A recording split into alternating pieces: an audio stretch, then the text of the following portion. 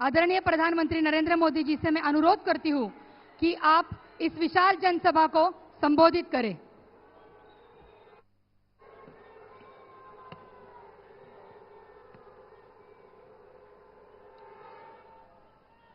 भारत माता की,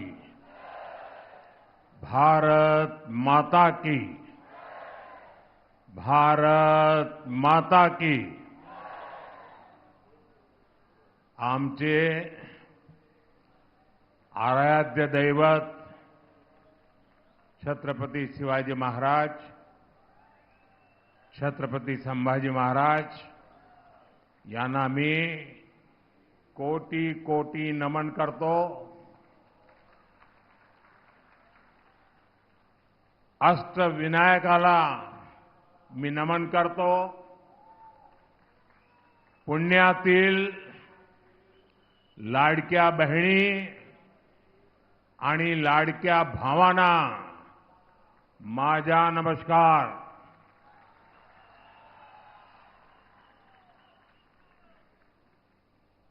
मैं देख रहा हूं वहां कोई सज्जन हमारी मां की बहुत बढ़िया चित्र बना करके लाए हैं।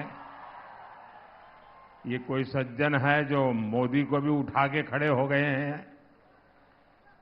मैं आपका बहुत आभारी हूं। ये बच्चे भी बहुत कुछ बना के ले आए हैं। कोई इनको कलेक्ट कर ले भाई। जो लाए हैं पीछे अपना नाम पता लिख दे ताकि मैं आपको चिट्ठी भेजूंगा। आपका ये प्यार मेरे लिए बहुत बड़ी पूंजी है।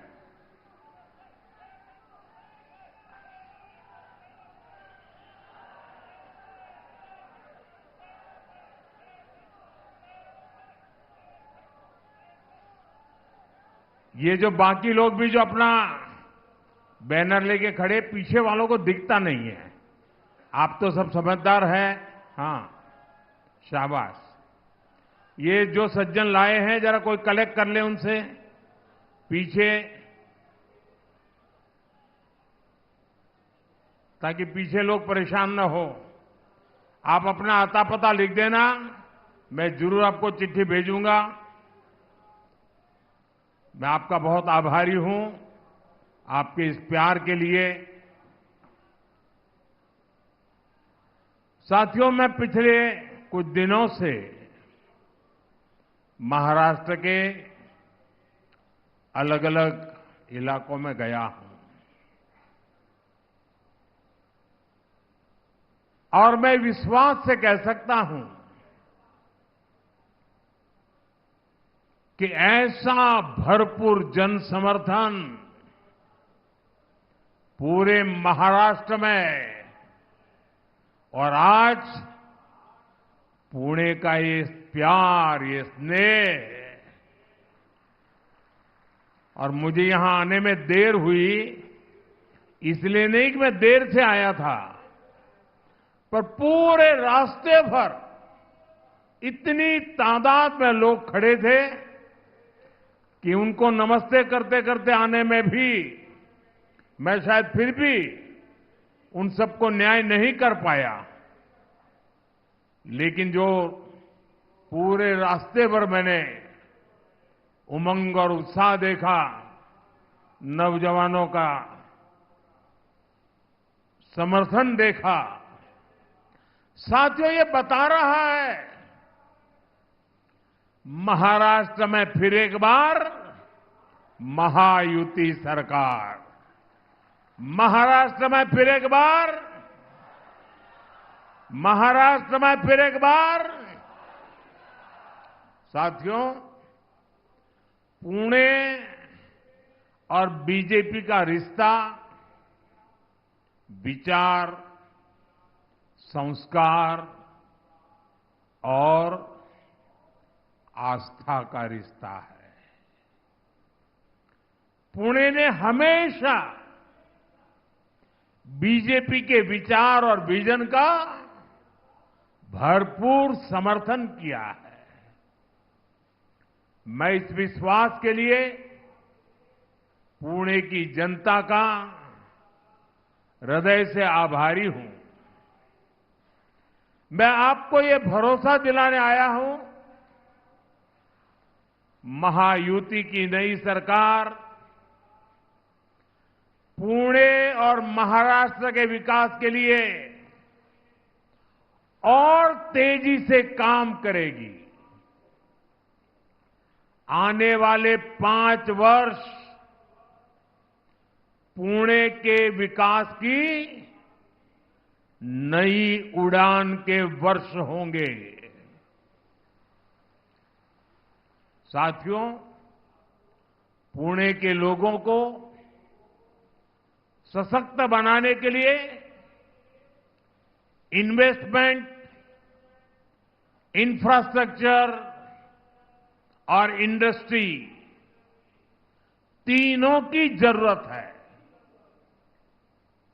हमने इसके हर पहलू पर काम किया है। पिछले 10 वर्षों में विदेशी निवेश में, फॉरेन डायरेक्ट इन्वेस्टमेंट में रिकॉर्ड बढ़ोतरी हुई है और पिछले 2.5 वर्षों में जो भी कंपनी निवेश के लिए भारत आ रही है, उसकी पसंद की लिस्ट में हमारा महाराष्ट्र सबसे ऊपर है। पुणे और इस क्षेत्र को इस निवेश का एक बहुत बड़ा हिस्सा मिल रहा है। ये निवेश जब हमारे इलेक्ट्रॉनिक्स और आईटी क्षेत्रों में आया तो यहां कंपनियों की संख्या बढ़ी। यहां मौजूदा कंपनियों का विस्तार भी हुआ। ये निवेश जब स्टार्टअप में हुआ तो पुणे के उद्यमशील युवाओं को इससे लाभ हुआ। युवाओं के लिए भी रोजगार के अनगिनत अवसर पैदा हुए। पुणे का ऑटोमोबाइल उद्योग तो पूरे देश में हमेशा से ही धाक जमाता रहा है। यहां हो रहे निवेश ने इस सेक्टर के लिए भी संभावनाओं के नए द्वार खोले हैं। साथियों, पुणे की कनेक्टिविटी को लेकर भी महायुति की सरकार बहुत गंभीरता से काम कर रही है।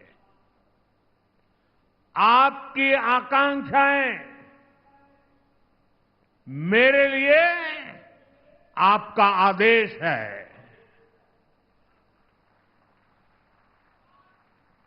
आपके सपने मेरे लिए दिन रात काम करने की प्रेरणा है। आपकी आवश्यकताएं मेरी सरकार की योजनाओं का आधार है। आपका जीवन आसान हो, ये मेरी प्राथमिकता है। ये महायुति की प्राथमिकता है।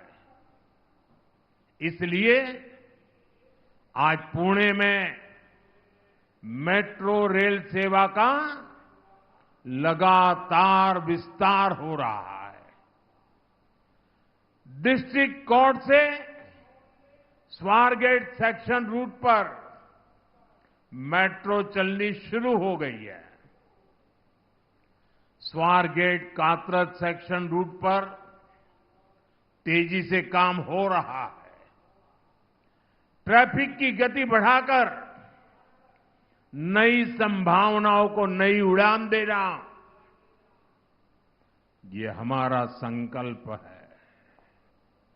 इसके लिए इंट्रासिटी और इंटरसिटी दोनों नेटवर्क पर काम हो रहा है। पुणे की ईस्ट और वेस्ट आउटर रिंग रोड पर भी 40,000 करोड़ रुपए से ज्यादा खर्च किए जा रहे हैं। खोपोली खंडाला मिसिंग लिंक के लिए 6,500 करोड़ रुपए से ज्यादा खर्च किए जाएंगे। पुणे आउटर रिंग रोड पर भी 10,500 करोड़ रुपए खर्च किए जा रहे हैं। हम पुणे को 21वीं सदी के वेल कनेक्टेड सिटी बनाने की ओर आगे बढ़ रहे हैं। साथियों, आज कार्तिक एकादशी है, पंढरपुर में यात्रा है, तो पालकी मार्ग की चर्चा भी स्वाभाविक हो जाती है। जगतगुरु तुकाराम महाराज पालकी मार्ग और संत ज्ञानेश्वर महाराज पालकी मार्ग, इसका काम तेजी से आगे बढ़ रहा है। इन मार्गों को तैयार करने में 11,000 करोड़ रुपए खर्च किए जा रहे हैं। आमच्या वारकऱ्यासाठी ही आमची समर्पित सेवा है।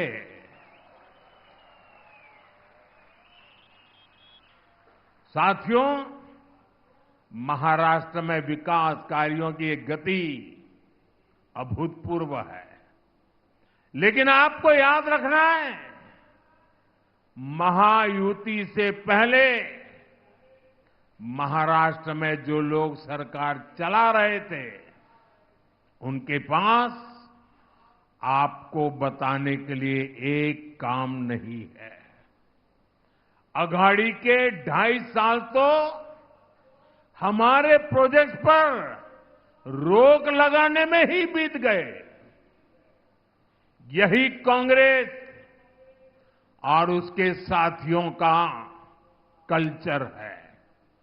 इसलिए महाराष्ट्र भी जान गया है,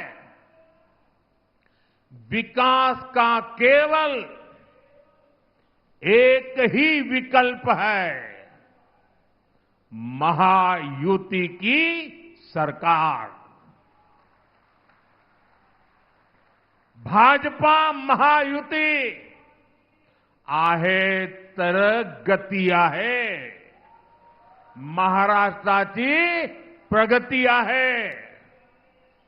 साथियों, आज महाराष्ट्र के लोग कांग्रेस की करतूतों का काला चिट्ठा पड़ोसी राज्य कर्नाटका में देख रहे हैं। कर्नाटका में कांग्रेस ने झूठ का वही टेप रिकॉर्डर बजाकर वोट मांगे, हवाई वादे किए। सरकार बनी तो कांग्रेस ने हाथ खड़े कर दिए।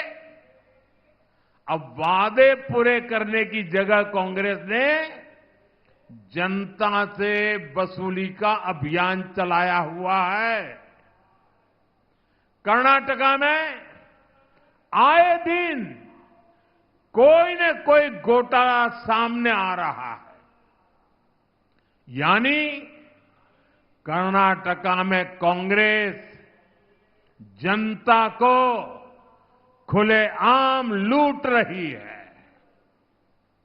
आरोप है कि लूट का यही पैसा महाराष्ट्र में भेजकर चुनाव लड़वाया जा रहा है।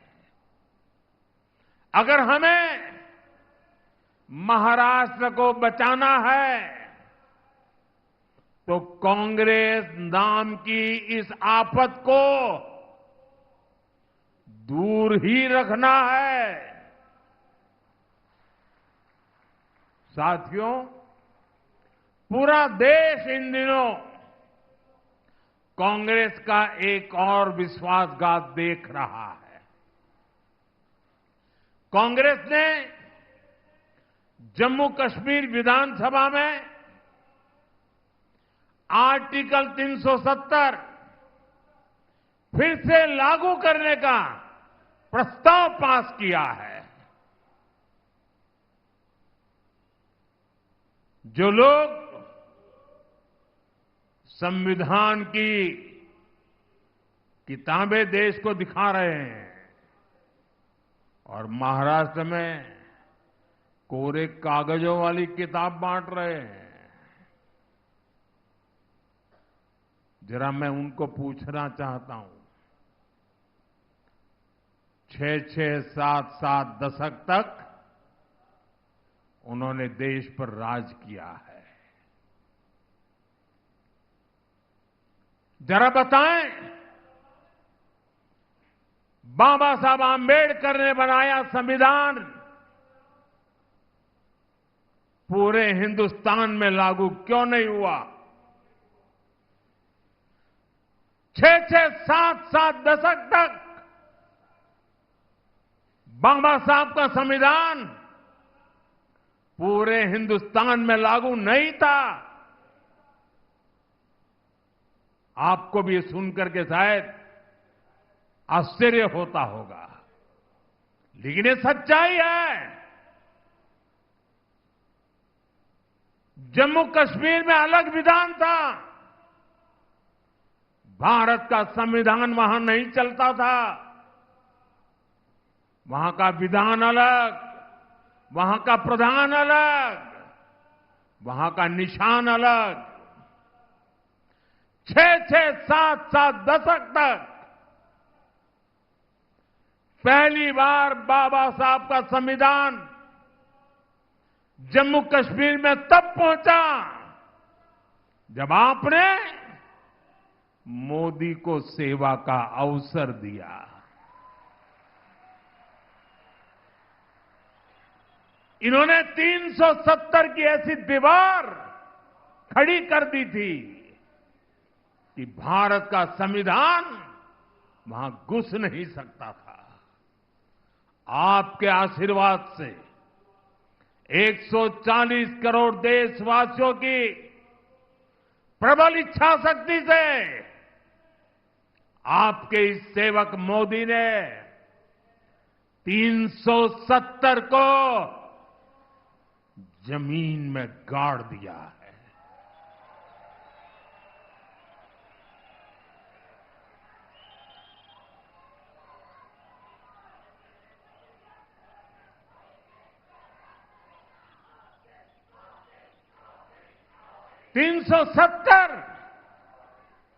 जिसने कश्मीर को भारत से काटने का काम किया, 370 जिसने कश्मीर में आतंकवाद और अलगाववाद को हवा दी, 370 जिसने कश्मीर में भारत का संविधान लागू नहीं होने दिया, बीजेपी ने उसे खत्म करके कश्मीर में तिरंगा फहराया है।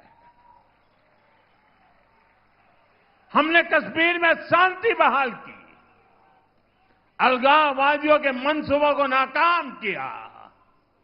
जिस लाल चौक में कभी हिंदुस्तान के तिरंगों को जूते के नीचे रौंदा जाता था, आज शान से लाल चौक में तिरंगा झंडा फहरता है।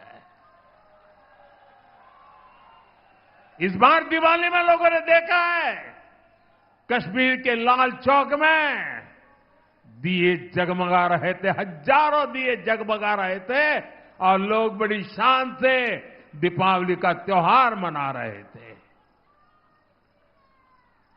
लेकिन कांग्रेस और उसके सभी चट्टे बट्टे साथी फिर से जम्मू कश्मीर में 370 लागू करने के लिए विधानसभा में प्रस्ताव पास कर रही है। मैं पुणे के मेरे देशभक्त भाई बहन, मैं आपसे पूछता हूं और मैं आशा करता हूं कि आप पूरी ताकत से जवाब देंगे। कश्मीर में फिर से 370 लागू करना, ये किसकी मांग है? किसकी मांग है? ये किसकी बात है? साथियों, पिछले 70 साल से ये भाषा सिर्फ और सिर्फ पाकिस्तान बोलता रहा है, और आज जो भाषा पाकिस्तान बोलता था वो भाषा कांग्रेस बोल रही है, उसके चट्टे बट्टे बोल रहे हैं। साथियों,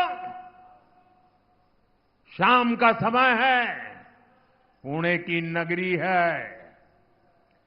देशवासियों को 370 का हमारा जो निर्णय है,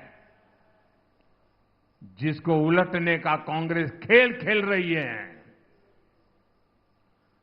उनको दिया दिखाना जरूरी है।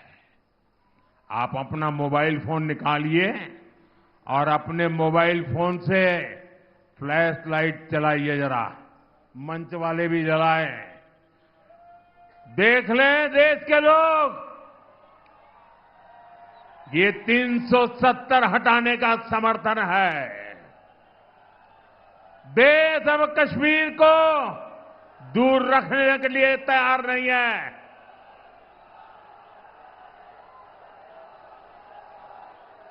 ये रोशनी दिखा रही है कि मेरे महाराष्ट्र के लोग, उनकी देशभक्ति को कोई चुनौती नहीं दे सकता है। बोले भारत माता की, भारत माता की, भारत माता की। साथियों, जम्मू कश्मीर में 370 की वापसी की बात न कभी ये देश स्वीकार करेगा, और मेरा महाराष्ट्र छत्रपति शिवाजी महाराज की धरती कभी स्वीकार नहीं कर सकती। साथियों, भाजपा एनडीए की सरकार ने हमेशा मिडिल क्लास को प्राथमिकता दी है। मैं ये मानता हूं कि मिडिल क्लास देश की रीढ़ होता है।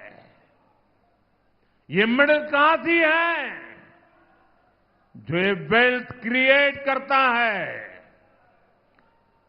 वेल्थ जनरेट करता है। अगर आज भारत दुनिया की तीसरी सबसे बड़ी अर्थव्यवस्था बनने जा रहा है, तो इसमें सबसे बड़ा योगदान हमारे मध्यम वर्ग का ही है।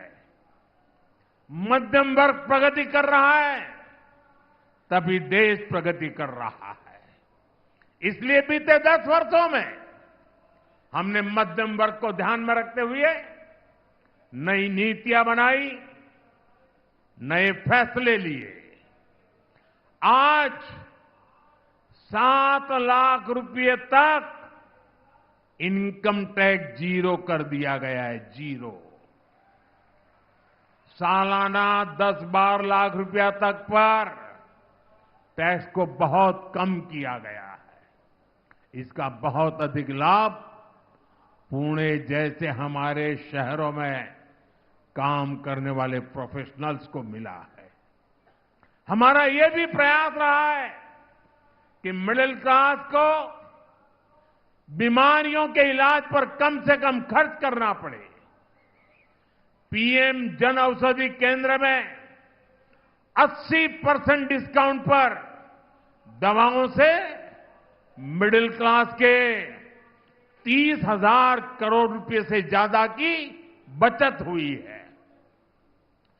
हार्ट के स्टेंट्स, नी इम्प्लांट्स, इनको सस्ता करना, इस फैसले से मेरे मिडिल क्लास के भाई बहनों को फायदा हुआ है। इससे लोगों के 85,000 करोड़ रुपए से ज्यादा बचत हुई है। और अब हम तो आयुष्मान योजना के भी मिडिल क्लास के बुजुर्गों को भी कवर कर लिया है। इसका बहुत बड़ा फायदा पुणे जैसे शहरों में रहने वाले 70 वर्ष की आयु से ऊपर के सीनियर सिटीजन्स को होगा। यहां उपस्थित मैं आप सबसे कहना चाहता हूं, आपके परिवार में माता, पिता, दादा, दादी, नाना, नानी, चाचा, चाची जो भी 70 साल से ऊपर के हैं और अगर उनको बीमारी में कोई खर्च होता है, पहले वो जिम्मा आप पे सर पर था, अब वो जिम्मेवारी आपकी नहीं है, ये उनका बेटा मोदी संभालेगा।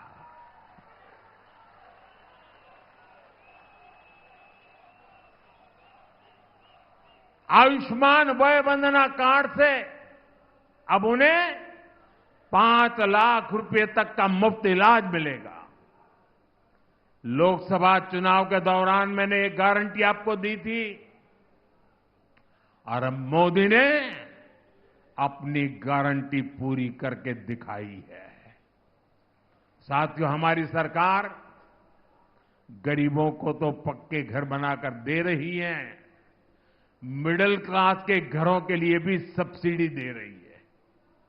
हमने रेरा जैसा कानून बनाकर मिडिल क्लास के सपनों के घरों को सुरक्षित किया है।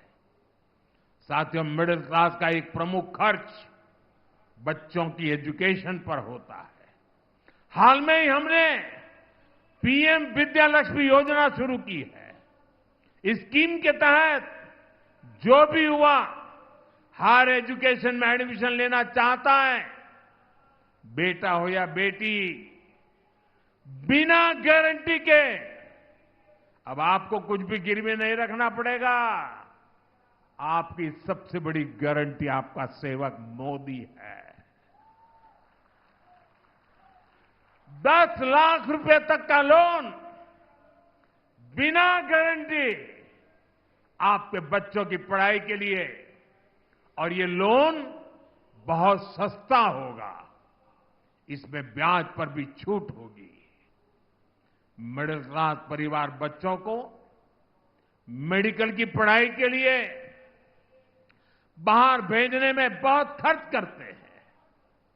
बीते 10 साल में मेडिकल लाइन में हमने 1 लाख नई सीटें जोड़ी है।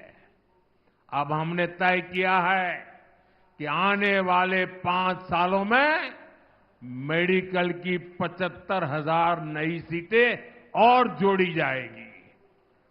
इससे भी मिडिल क्लास के बच्चों का बहुत पैसा बचेगा, उन्हें पढ़ने के लिए बाहर नहीं जाना पड़ेगा। साथियों, पुणे, ये मेरा पुणे तो स्टार्टअप का हब है। हाल में हमने स्टार्टअप को बढ़ावा देने के लिए बहुत सारे कदम उठाए।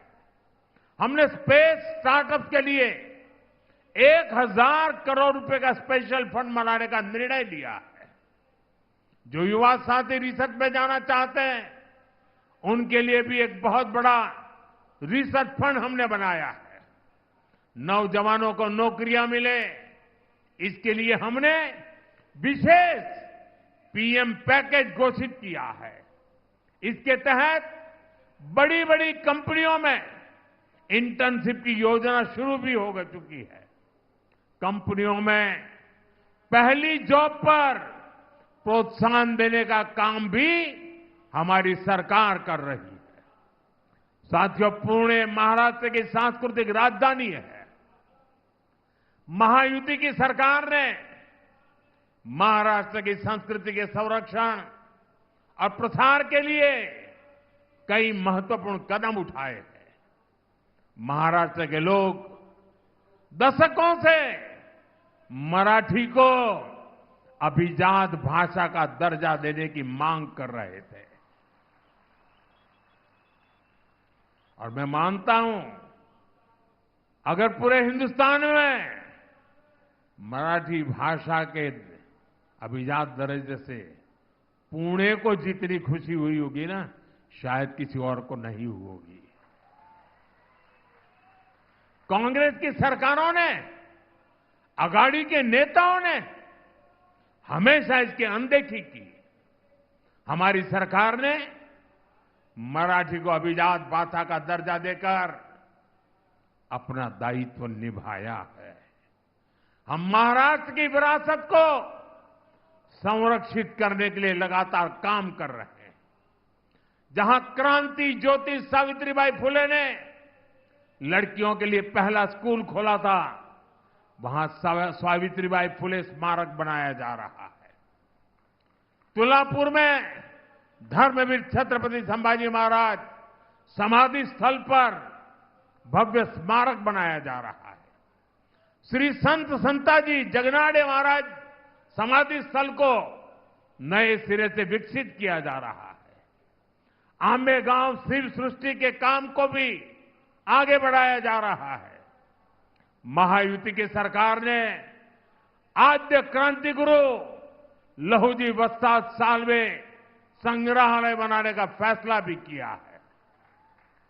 साथियों, ये काम बहुत पहले ही होने चाहिए थे, लेकिन विदेशी मानसिकता की गुलाम कांग्रेस ने महाराष्ट्र की संस्कृति से अपनी नफरत के कारण ये काम नहीं होने दिया। साथियों, कांग्रेस और उसके जैसे दलों ने हमेशा महाराष्ट्र का अपमान किया है। ये धरती छत्रपति शिवाजी महाराज की धरती है, लेकिन कांग्रेस और उसके साथी अगर कसीदे पढ़ते हैं तो औरंगजेब की शान के कसीदे पढ़ते हैं। ये लोग वीर सावरकर को गाली देते हैं। बाला साहब ठाकरे जैसे ऐसे महाराष्ट्र के गौरव की सराहना करने में इनके मुंह पर ताला लग जाता है।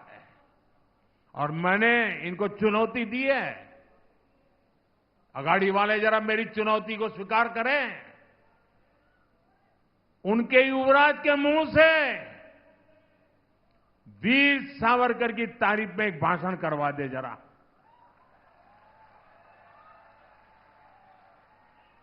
मैं अगाड़ी के साथियों को कहता हूं, अगर उनमें दम हो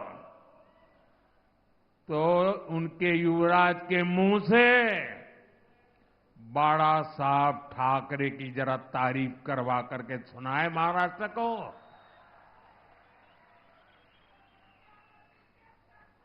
साथियों, कांग्रेस एक ऐसी पार्टी है जिसके पास न नीति है, न नीयत है और नैतिकता का नामो निशान नहीं है। कांग्रेस को केवल और केवल सत्ता चाहिए। सत्ता के लिए कांग्रेस ने देश का विभाजन करवाया। कांग्रेस ने देश को मत, मजहब, भाषा और इलाके के आधार पर बांटा। सत्ता के लिए इन्होंने तुष्टीकरण का खतरनाक खेल खेला। और अब वही कांग्रेस सत्ता के लिए दलित, पिछड़ा और आदिवासी को तोड़ने और बांटने का खेल खेल रही है।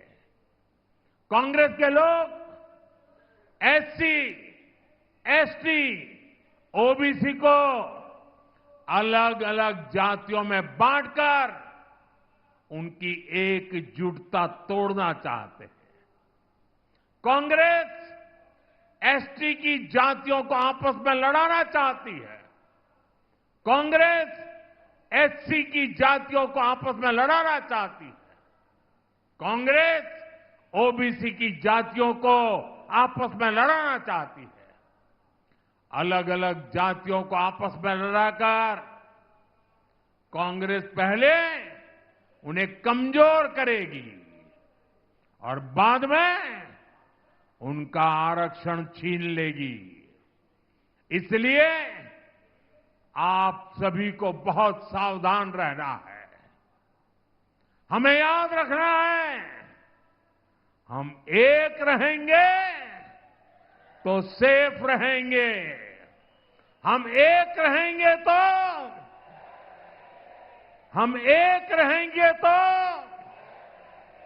हम एक रहेंगे तो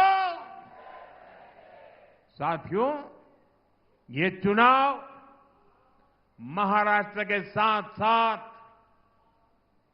पूरे देश को दिशा देने का चुनाव है।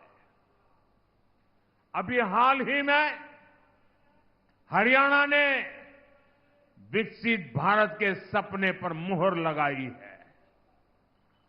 अब भारत विरोधी ताकतों को पूरी तरह से मिटाने की जिम्मेदारी मेरे महाराष्ट्र की है, मेरे पुणे की है।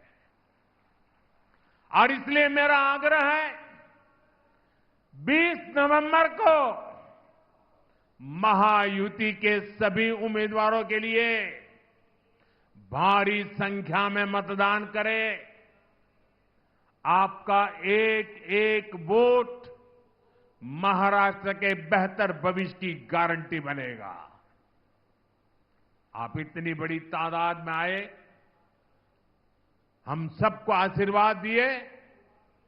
मैं आप सबका हृदय से बहुत बहुत आभार व्यक्त करता हूं। मेरे साथ दोनों हाथ ऊपर करके पूरी ताकत से बोलिए, भारत माता की। आवाज उन लोगों तक जानी चाहिए जिनकी डोरे 370 पर बैठे पड़े हैं। भारत माता की, भारत माता की, भारत माता की। बहुत बहुत धन्यवाद।